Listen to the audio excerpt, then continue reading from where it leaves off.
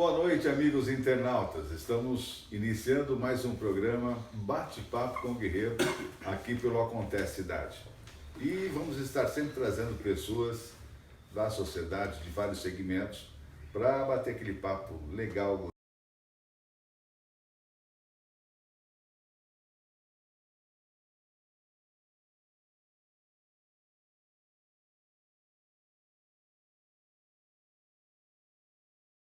Doutor José Augusto Scarra é um advogado,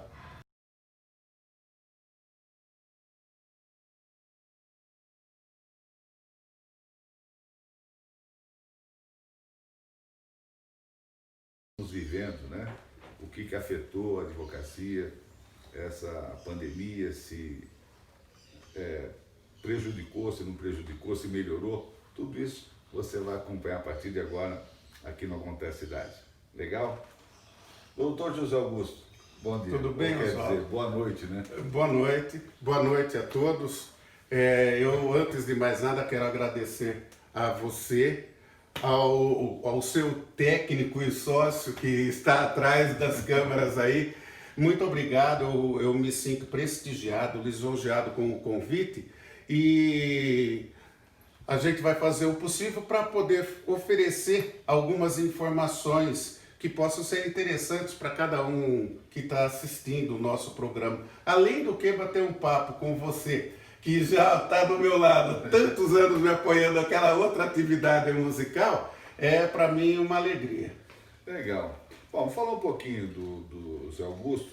Como começou na advocacia? Qual foi o segmento? O que você pensava no início e o que está virando agora? Eu sou baririense, né? Nascido em Bariri e veio de uma família humilde. E na época eu comecei a fazer faculdade no ano de 79. Era muito difícil, até porque nós íamos, não havia a vicinal que liga Bariri a Bauru por Boracé e Pederneiras, e nós íamos por Jaú. Então era tudo mais complicado, a viagem era 3 vezes o tempo e 2 vezes ou mais a distância. E até é interessante porque eu comecei a passei no vestibular, que na época era concorrido, graças a Deus tive sorte de passar e passar bem, mas eu trabalhava numa olaria. Então eu comecei a consultar, ver os colegas e ver na classe, e eu descobri que eu era o único estudante de Direito na universidade, na instituição Toledo de Ensino, que trabalhava numa olaria. E eu continuei trabalhando nos 2 primeiros anos de faculdade. Então a dificuldade aumentava, mas mesmo assim me trouxe muito prazer, a sensação de conquista, cada dia que a gente concluía e quando era aprovado de um ano para outro, e na época era um sistema totalmente diferente e era difícil você ter aprovações assim em todas as disciplinas, uma porcentagem muito grande ficava pelo caminho, mas com a gente, graças a Deus, tudo acabou dando certo. Eu acho que quanto mais batalhado, mais sério leva, e eu acabei concluindo o curso, concluindo bem. Depois disso, eu passei num concurso de funcionário público estadual, aí acabei passando num concurso de despachante, fui exercer essa função de despachante policial aqui também, e acabei, depois de 2 anos, passando num concurso de advogado do Bradesco. Na época eu passei muito bem e pude escolher a cidade, passei lá nos primeiros lugares, se não o primeiro. E aí eu escolhi Bauru. Então eu fui ser advogado, funcionário, né, do Banco Bradesco, fixado na regional de Bauru. E assisti a 12, 13, cheguei já a assistir 15 cidades. Então eu acabei adquirindo, com essa vivência intensa na advocacia, uma experiência boa que, graças a Deus, eu trago até agora para mim, né? É algo que eu amo, é a profissão que eu amo. Eu poderia ter seguido a carreira jurídica na área do funcionalismo público, mas não era o meu objetivo. Então eu nunca me empenhei nesse sentido. Sempre quis ser advogado e estou até hoje, sou uma pessoa realizada, graças a Deus. Me fale uma coisa, por exemplo, hoje, aquele que está se formando na advocacia, para ele começar com um escritório próprio ou começar trabalhando numa empresa, qual seria assim, o melhor caminho na sua ótica, pela sua experiência? Oswaldo, é até interessante porque eu tenho o meu filho, o Murilo, ele tem 26 anos e ele decidiu seguir o mesmo caminho, que é da advocacia. Ele vai prestar concurso se quiser, né? Mas ele está seguindo. Tem o meu sobrinho, que também trabalha comigo, o Gabriel. Ele concluiu o curso agora, no final do ano de 2019, e também quis seguir o caminho da advocacia. Para eles, fica um pouco menos complicado, porque eles trabalham no escritório nosso porque eu tenho o prazer e o orgulho de ser sócio no escritório do Ricardo Prearo, doutor Ricardo Prearo, já há mais de 16 anos, acredito que 17 anos. Então, para eles, fica um pouco menos complicado, porque o Murilo já trabalhava comigo e o Gabriel também, e estão seguindo, comigo com o Ricardo, e estão seguindo, né? Nós temos lá mais 2 advogados, a doutora Juliana, que também trabalha com a gente, e o Murilo, o Gabriel e o próprio Ricardo. Então, para eles fica mais fácil. Agora, eu entendo que hoje o curso de Direito, para quem conclui e deseja advogar e não tem esse respaldo, um parente, um amigo, que tenha um escritório onde ele possa começar a praticar e exercer com um tempo uma prestação de serviço de qualidade, para quem não tem esse canal, esse caminho, eu acho, infelizmente, que é muito complicado. Porque nós passamos por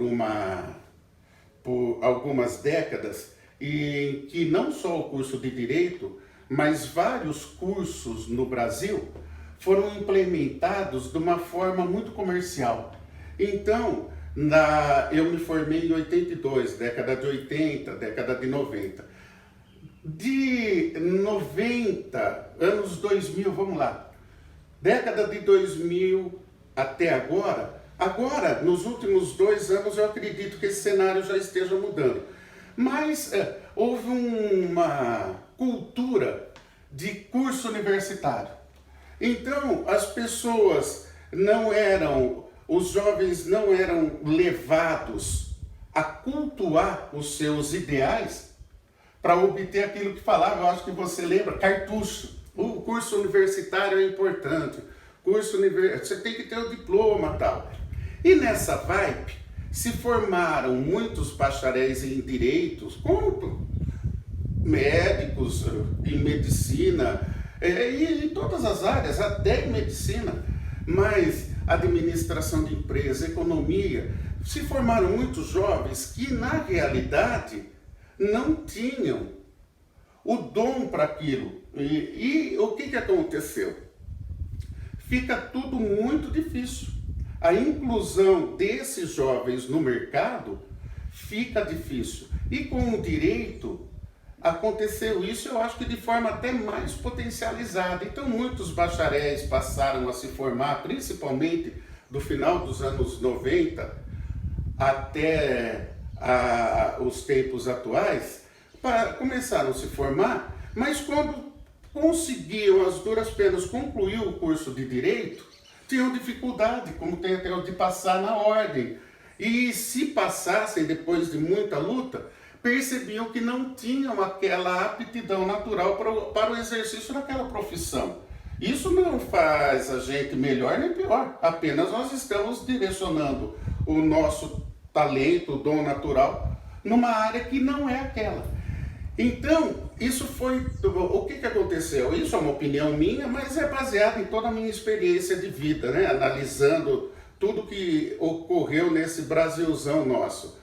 Então a gente vê, sente ao longo dessas 2 últimas décadas que os formandos em direito, vou falar da minha área então, eles têm muita dificuldade em se firmar no mercado, seja pela falta de aptidão natural, seja por ter cursado, por ter feito um curso deficitário, um curso pobre em termos curricular, seja também pela própria dificuldade do mercado, causada não só pela instabilidade desse Brasil, que eu acredito que todos da nossa geração podem concordar, nós não vimos o nosso país numa estabilidade, numa segurança econômica e moral por mais de 1, 2, 3 anos. Acontece, parece que está tudo bem, de repente o país desanda novamente.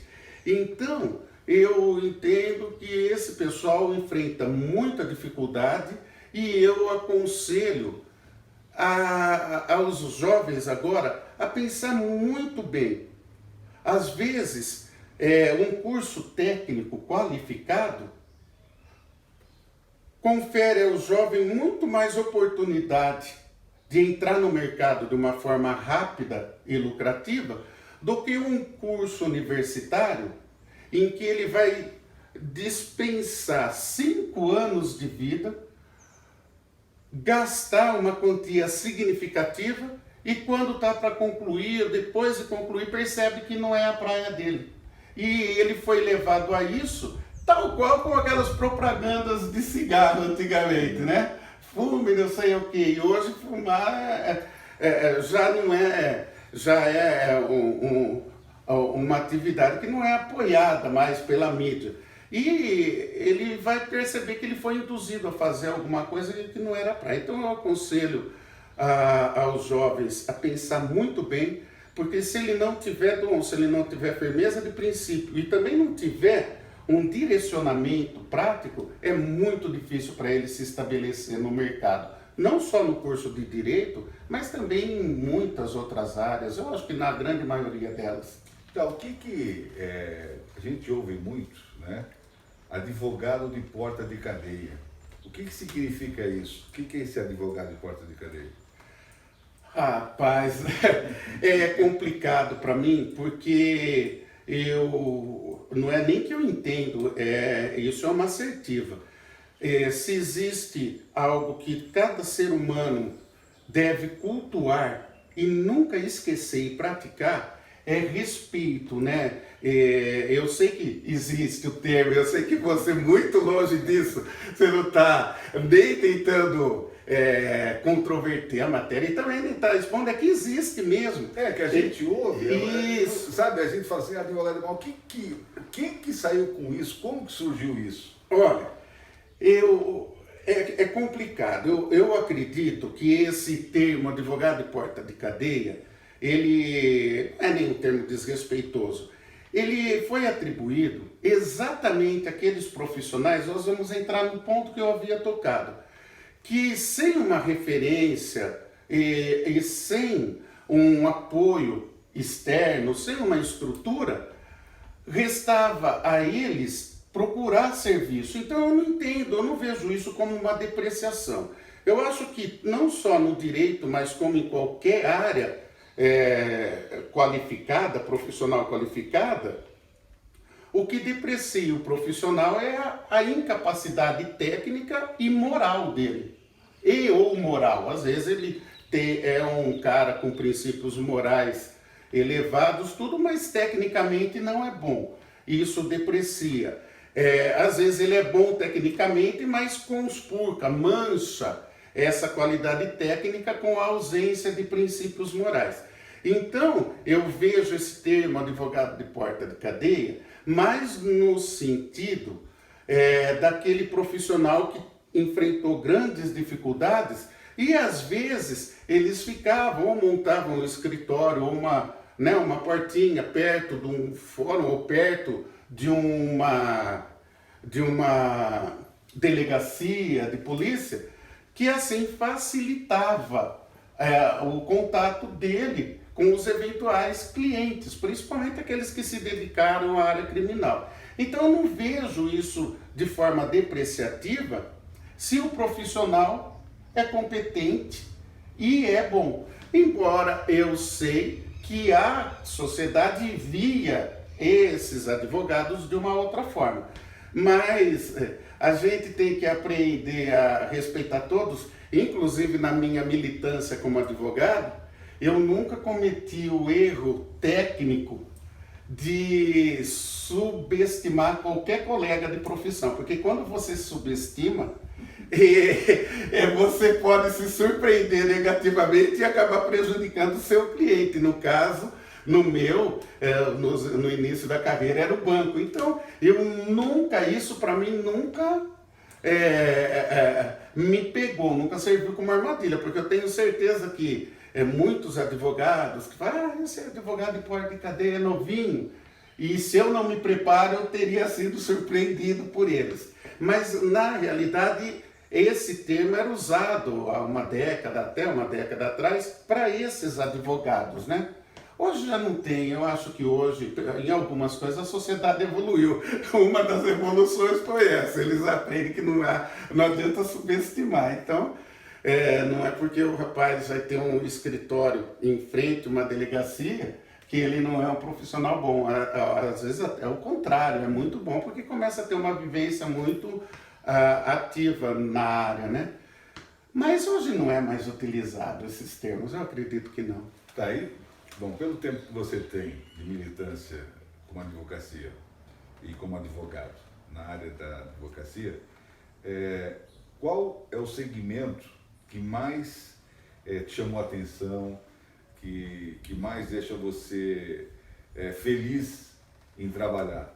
Qual que é o segmento de todos eles que você venceu até agora? Oswaldo, uma pergunta excelente. Na realidade, como o direito ele é muito amplo e é muito dinâmico no sentido de que as leis mudam diariamente, né? E então o advogado ele tem que escolher determinadas áreas que ele possua o domínio primário dela, como eu qualifico esse domínio primário?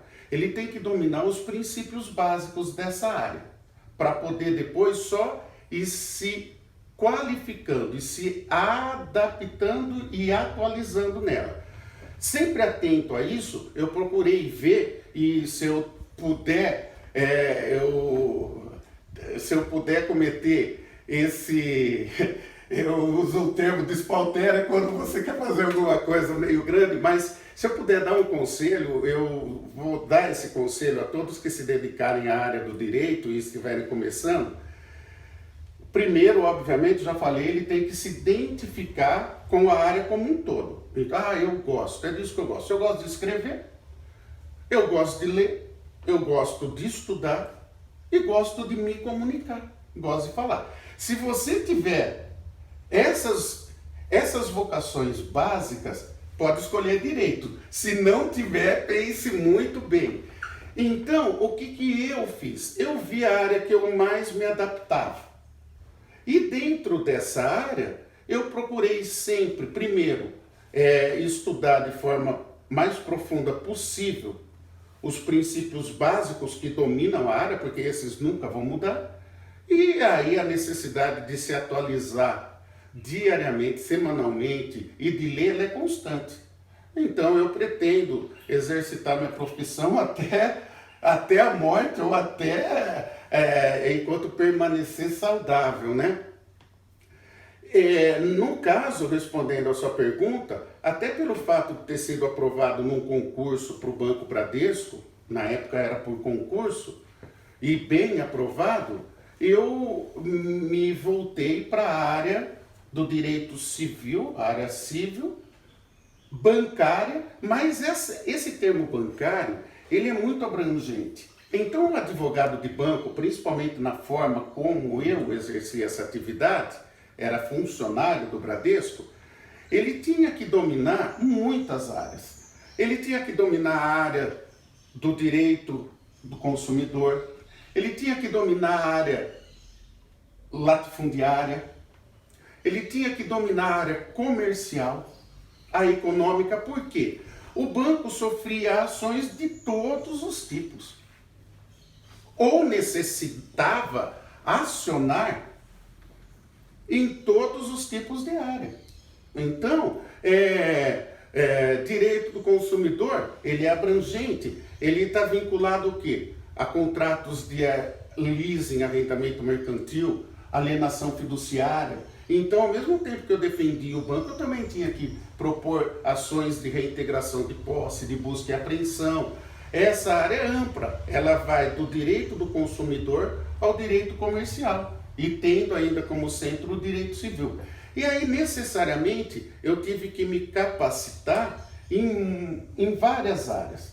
Então, hoje, se eu for falar que área que eu gosto, que me deixa feliz, eu gosto da área criminal, da área civil e da área trabalhista. Obviamente, não posso falar que eu domino tudo, porque aí ou eu seria o irmão gêmeo de Jesus Cristo com alguma qualidade sobrenatural, né? Ou então eu estaria blefando. Mas nas áreas que eu atuo, por exemplo, na área trabalhista, eu me voltei bastante para a área ligada a funcionalismo público. Eu também fui assessor jurídico da cidade nossa, aqui de Bariri, e eu procurei desempenhar, ao longo do período que fiquei lá, a função da forma mais intensa possível, fazendo o plano de carreira, que depois me qualificou para fazer esse plano de carreira para outros municípios, ou em outros estados. E desse plano eu acabei adquirindo o conhecimento que me possibilitou ver onde existia lesões de direito aos funcionários públicos, especialmente aqueles relacionados à Secretaria da Educação, que é muito grande, é muito ampla. E por conta disso, também tive que me qualificar na área do direito trabalhista. Então, tudo vai caminhando, depende da sua dedicação e da necessidade que você enfrenta. E forçosamente você tem que se qualificar e bem, porque senão você perde espaço. Então, hoje eu gosto muito dessas áreas que eu falei, direito do consumidor, por conta direito civil, direito latifundiário e o direito trabalhista, mas obviamente sempre direcionado. Se acontecer, e esse é um outro conselho que eu tomo a liberdade de dar aos colegas que estão iniciando ou que vão iniciar, se chegar um cliente para você e te apresenta um problema, uma lide numa área que você não domine, você peça um dia, 2, uma semana, estude essa área e se você sentir segurança, aceite e acaba se qualificando. É assim que funciona a coisa. Ou então, se não tiver tempo, olha, essa área eu não domino, mas tem profissionais bons nela, você procure alguém que entenda, porque é uma área especializada. Eu não tenho nenhum tipo de resistência em me portar dessa forma, eu vou me portar sempre. Mas é nessas áreas que eu atuo especificamente. Tá certo. Bom, nós estamos vivendo um momento de pandemia. O que mudou na vida de vocês que trabalham na advocacia? Teve alguma alteração grave? Não teve alteração nenhuma? Vocês continuam trabalhando da mesma forma? Como é que está? Uma pergunta muito boa, e eu sempre me volto, para você, para todos, especialmente para ouvintes, para tentar pelo menos passar uma experiência a mais e prestar alguma informação a mais. Nós não podemos deixar de abordar esse assunto. Oswaldo, respondendo a sua primeira pergunta, mudou profundamente. E eu acredito que essa mudança, ela vai provocar consequências, reações e adequações ao longo de bom espaço de tempo. O que aconteceu? Obviamente, o Covid-19, essa pandemia, ela é uma experiência inesperada. Pelo menos nós, cidadãos comuns, talvez os cientistas, eles poderiam prever isso, mas nós não. Eu acredito que vocês não previam que pudesse acontecer uma coisa, pelo menos de forma técnica. Era só em filme, a gente costuma, filme de ficção, né? Só em filme, né? Então ninguém estava preparado e, por óbvio, o sistema judiciário, e aí eu já não estou falando só de Brasil, não. E essa experiência eu tenho certeza que está sendo vivida a nível mundial. Mas vamos falar do nosso país. O Brasil, o judiciário brasileiro, eu entendo que o judiciário brasileiro é até bem aceitável, salvo algumas áreas ou alguns pontos cruciais que ele é marcado e, portanto, ele chega a ser criticado com razão, ou seja pela inoperância, seja pela demora, ou até mesmo pelo desvirtuamento moral de quem trabalha. Salvo essas exceções, o judiciário brasileiro é até aceitável no que se refere a andamento, a evolução. Há alguns anos foi implantado o processo digital, então a imensa maioria das ações hoje tramitam de forma digital, eletrônica. Isso significou um marco de evolução no direito, tudo bem. Só que como não se podia prever, e olha bem, gente, eu quero fazer a ressalva, isso é uma opinião particular minha. Então, qualquer conotação de propaganda ou alusão, qualquer alusão minha a determinada área, eu quero deixar bem ressalvado que se trata de uma opinião particular minha. E nessa tônica, eu entendo que nós entramos num hiato legal, em muitas situações. O que é um hiato? Uma lacuna. Então, esse Covid-19, ele nos trouxe uma gama muito grande de situações para as quais a lei não havia previsão. Porque o direito judiciário, ele trabalha com uma coisa que se chama reserva legal, previsão legal. Para cada situação, um Estado de direito, ele tem que ter um dispositivo que prevê.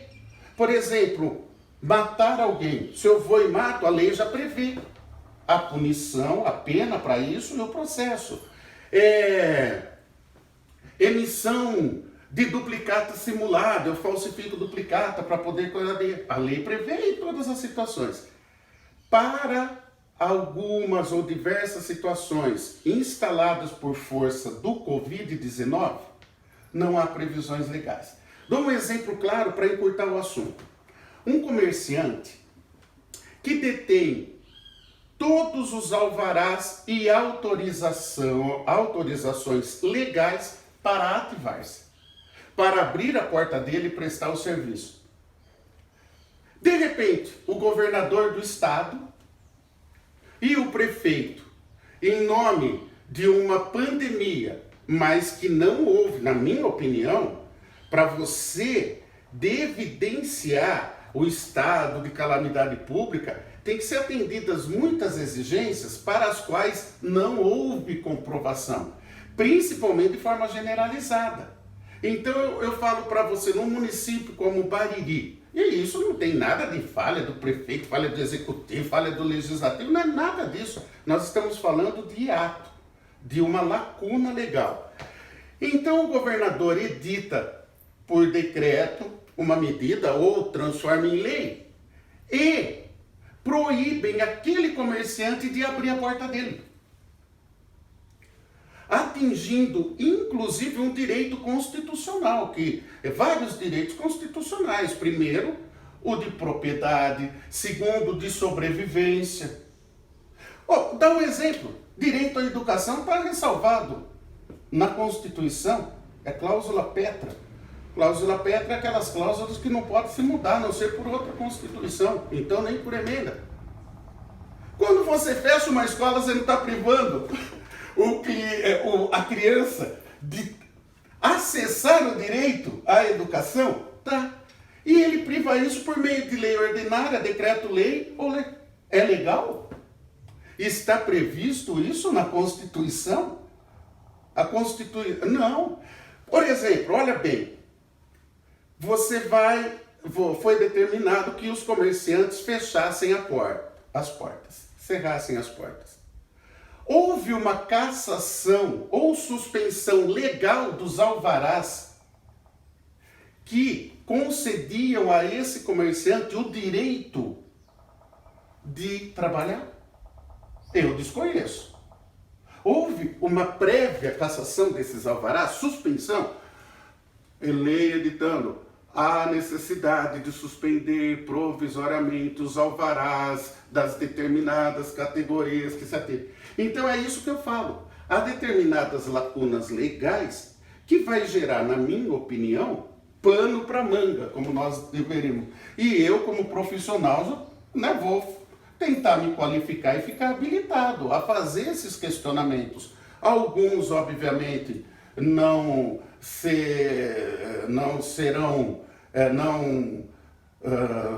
acho que alguns o Estado, obviamente, vai se sobrepor, outros não.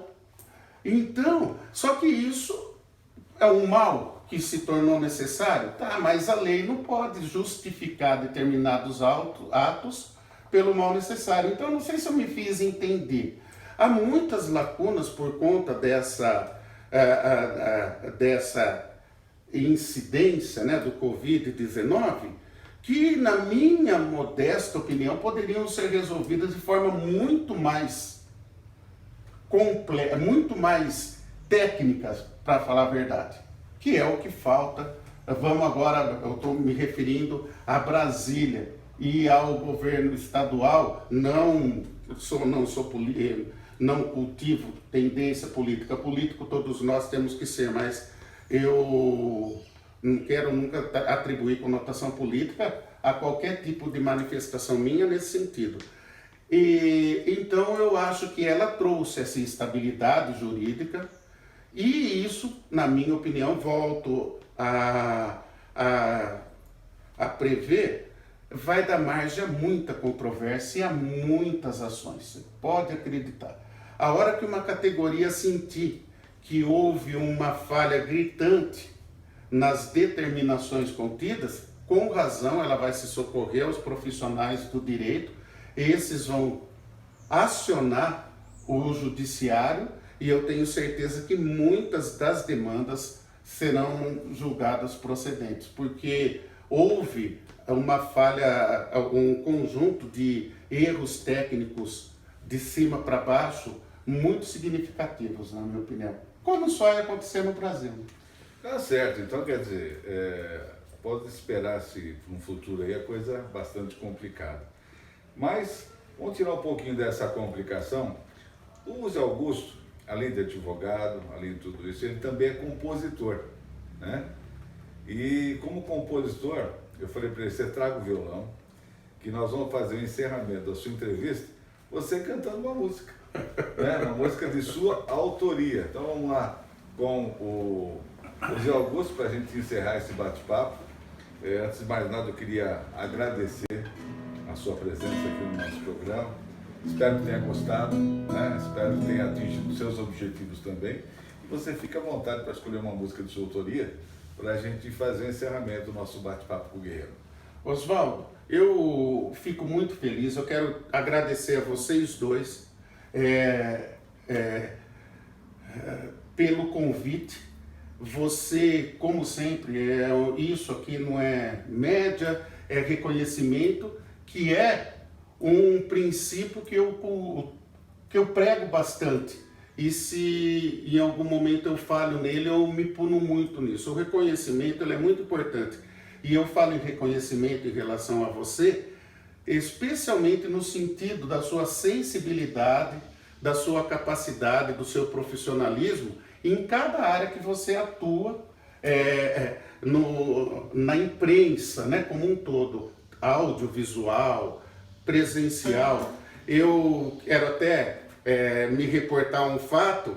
O Oswaldo foi um dos grandes idealizadores do primeiro trabalho musical meu, e eu estava fora do estado, lá perdido no Pará, Amapá, e você, com um pessoal muito resumido aqui, ficou organizando o lançamento desse disco, quando eu cheguei, eu fui fazer já a apresentação, achei que nós fôssemos ter 100, 150 pessoas, que me deixaria muito feliz. Acabou dando mais de 1000 pessoas, foi um evento que eu não vou esquecer jamais. E você sempre sensível, profissional, gabaritado, conseguiu dar uma expressão que nem merecia o meu trabalho. E sempre me apoiando. Agora eu já estou concluindo o segundo trabalho, e eu espero que, até por conta de uma agência de São Paulo chamada Trampo, eu espero concluí-lo por meio de um DVD, de um evento que vai ser gravado, para dele ser produzido um DVD. E obviamente que eu conto com você de novo, com a missão de abrilhantar de novo. Eu só espero que dessa vez ele passe os dados para mim, porque a primeira vez ele não passou nada. Por isso que vai, com elogio potencializado. Você chega no camarim, né? Fala assim, viu? Cadê o release lá que a gente vai fazer aqui para... Que eu fiquei de preparar. Ficou de preparar. Ele falou assim, eu não fiz, rapaz. Você se vira lá, toma uma dose de uísque aqui, vai lá, vai. Mas eu me lembro que eu falei, eu não fiz, mas eu não rasgo nota de 100. Eu não fiz porque eu tenho certeza que você vai fazer muito melhor do que eu poderia ter preparado. Foi ou não foi? Foi exatamente isso. E graças a Deus saiu muito bem. Você quer que eu toque música minha mesmo? Exatamente. Então tá, mas eu não quero que o pessoal pense que eu só sei tocar e cantar música minha, né? Não, mas é que a finalidade aqui é, como você é advogado e é compositor, por isso nós vamos dar essa palhinha. Então tá bom. Esse segundo trabalho meu, eu separei, eu tenho mais de 100 músicas que eu compus, eu separei 14 delas. 12 já estão produzidas, só falta finalizar em São Paulo, e a finalização é aquele detalhe de equilibrar os instrumentos, filtrar a voz, tudo, né? Equilibrar os volumes, tudo.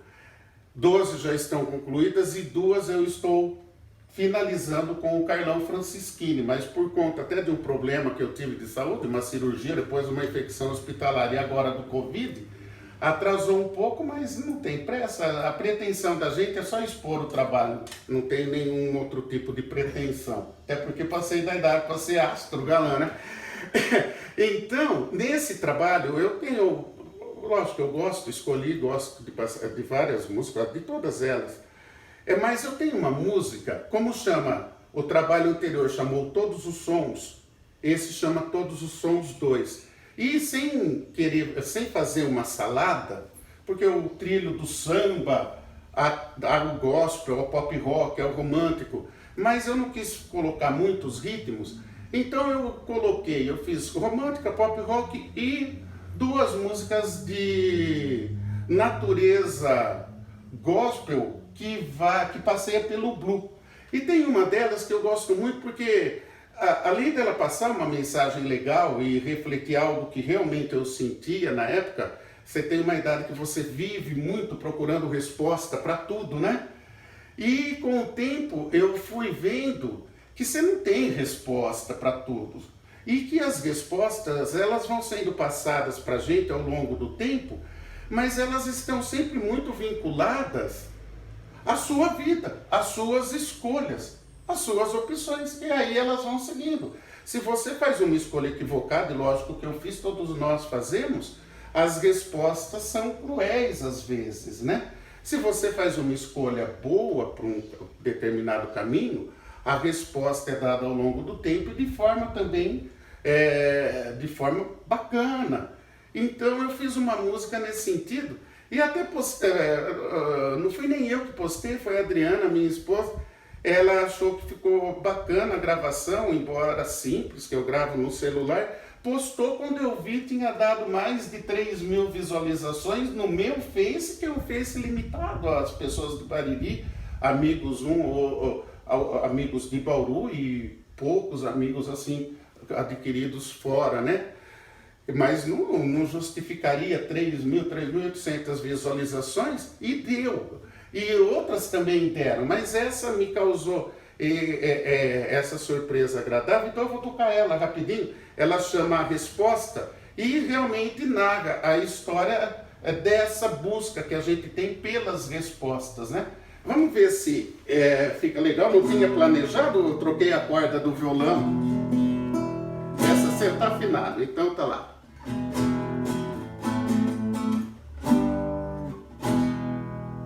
Eu caminhei. Vamos lá, olha gente, é ao vivo, então realmente eu não estou pensando na sequência.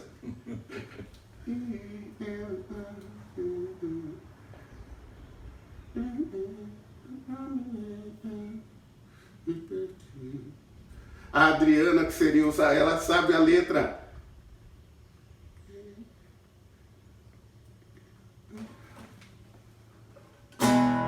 Gente, eu acho tão legal. Eu gosto de ser natural, Oswaldo. Você me perdoe, viu? Vocês me perdoem, assim, mas é assim. E a gente passa naturalidade.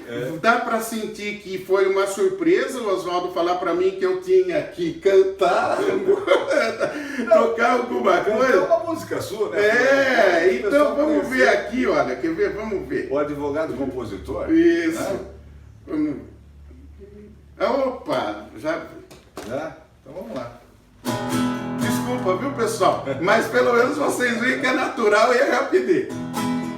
Eu caminhei pelos vales da sombra, me perdi tentando encontrar a resposta para tantas perguntas que nunca deixavam de me incomodar.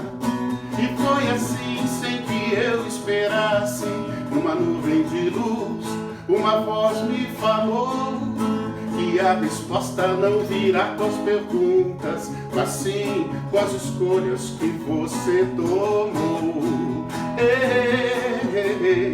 Então compreendi que o segredo é ser sempre leal, não magoar nem ferir as pessoas ao longo da sua vida, a ninguém fazer mal. Então compreendi que o segredo está na simplicidade, na forma como conduziu sua vida e o preço que pagou pela felicidade.